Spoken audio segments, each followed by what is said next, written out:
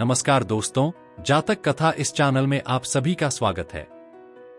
तो आइए शुरू करते हैं आज की कहानी। आज की कहानी का शीर्षक है नंदी विशाल।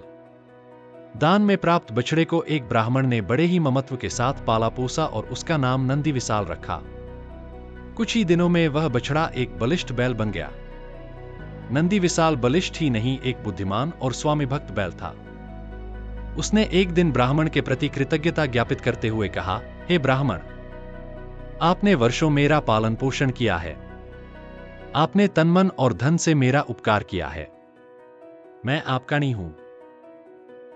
आपके उपकार के बदले में आपके प्रचुर धन लाभ के लिए सहायता करना चाहता हूं और एक युक्ति सुझाता हूं। चूंकि मेरे जैसे बलिष्ठ बैल इस संसार में अन्यत्र कहीं नहीं है, इसलिए हाट जाकर आप 1000 स्वर्ण मुद्राओं की सट्टा लगाए कि आपका बैल 100 बड़ी बड़ी गाड़ियों का बोझ इकट्ठा खींच सकता है।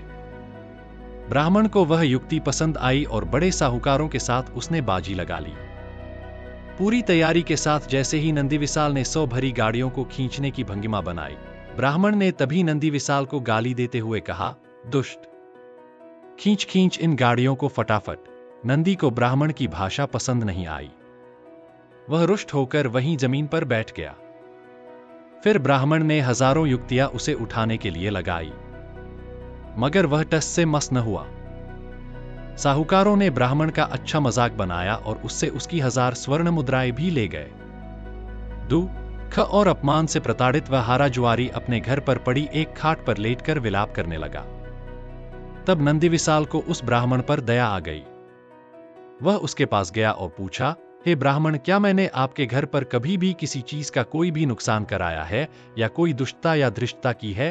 ब्राह्मण ने जब नहीं में सिर हिलाया तो उसने पूछा, क्यों आपने मुझे सभी के सामने भरे बाजार में दुष्ट कहकर पुकारा था? ब्राह्मण को तब अपनी मूर्खता का ज्ञान हो गया। उसने बैल से क्षमा मांगी।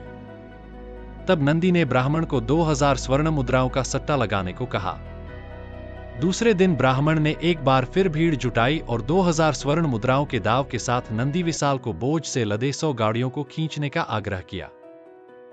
बलिष्ठ नंदी विशाल ने तब पलक झपकते ही उन सारी गाड़ियों को बड़ी आसानी से खींचकर दूर ले गया। ब्राह्मण ने तब 2000 स्वर्ण मुद्राओं को सहज ही प्राप्त कर लिया। याद रहे, हमारे अच्छे विचार ही हमारी सबसे बड़ी ताकत है।